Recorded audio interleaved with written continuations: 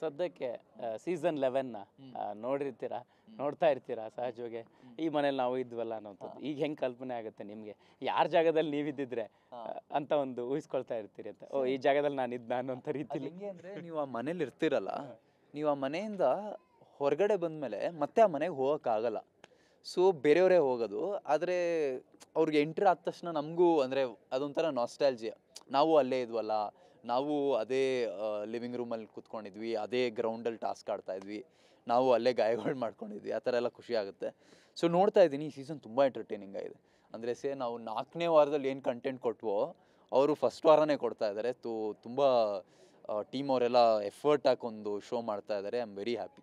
S, ಈಗ effort ಜೊತೆಗೆ ಒಂದಿಷ್ಟು ಆ್ಯಸ್ ಯೂಶುವಲ್ ನೀವು ಹೇಳ್ದಂಗೆ ಕಂಟೆಂಟ್ ಕೊಡುವಂತಹ ಆಲೋಚನೆಗಳ ಜೊತೆಗೆ ಸ್ಪರ್ಧಿಗಳು ತಮ್ಮನ್ನು ತಾವು ಎಲ್ಲ ಒರಿಜಿನಾಲಿಟಿನ ಅಲ್ಲಿ ಹೋಗಿದ ತಕ್ಷಣ ಕಳ್ಕೊಳ್ಳುವಂತಹ ಸಂದರ್ಭಗಳು ಆಗುತ್ತಾ ಅನ್ನೋಂಥದ್ದು ಈಗ ನೋಡ್ತಾ ಇದ್ದೀರಿ, ಹೇಳಿದ್ರಿ ಕೂಡ. ಹಂಗಾಗುತ್ತಾ ಹೆಂಗೆ ಸರ್? ಒರಿಜಿನಾಲಿಟಿ ಕಳ್ಕೊಳ್ಳೋ ಅಂಥ ಟೈಮ್ ಇನ್ನೂ ಬಂದಿಲ್ಲ. ಐ ಥಿಂಕ್ 4 ಎಪಿಸೋಡು 5 ಎಪಿಸೋಡು ಬಂದಿದೆ. ನಿಮ್ಗೆ ಅಟ್ಲೀಸ್ಟ್ ಒಂದು ತಿಂಗಳು ಬೇಕು ಸರ್ ಆ ಮನೇಲಿ ಯಾರ್ಯಾರು ಏನೇನೋ ಅಂತ ಅರ್ಥ ಮಾಡ್ಕೊಳ್ಳೋಕ್ಕೆ. ಆಮೇಲೆ ನಮ್ಮನ್ನು ನಾವೇ ಅರ್ಥ ಮಾಡ್ಕೊಳ್ಳೋಕೆ ಒಂದು ತಿಂಗಳು ಬೇಕು. ಬಿಕಾಸ್ ಈಗ ನಾನು ನಿಮ್ಮನ್ನು ಭೇಟಿ ಮಾಡಿದ್ದೀನಿ. ನಿಮ್ಮನ್ನು ಭೇಟಿ ಮಾಡಿದಾಗ ಫಸ್ಟ್ ನಾನು ಚೆನ್ನಾಗೇ ಮಾತಾಡೋದು. ನಮ್ಮದೊಂದು 2 ವಾರ ಆದಮೇಲೆ, ನಮ್ಮದೊಂದು 2 ಜಗಳ ಆದಮೇಲೆ ಆವಾಗ ನಾನು ಬೇರೆ ಥರ ಮಾತಾಡ್ತೀನಿ.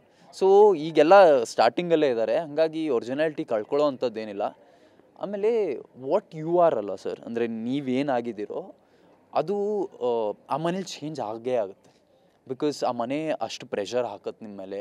ಆಮೇಲೆ ಯಾರೋ ನಿಮಗೆ ಫ್ರೆಂಡ್ ಅನ್ನೋರು ಅವ್ರು ನಿಮ್ಮ ಏನೋ ಆಗ್ಬೋದು.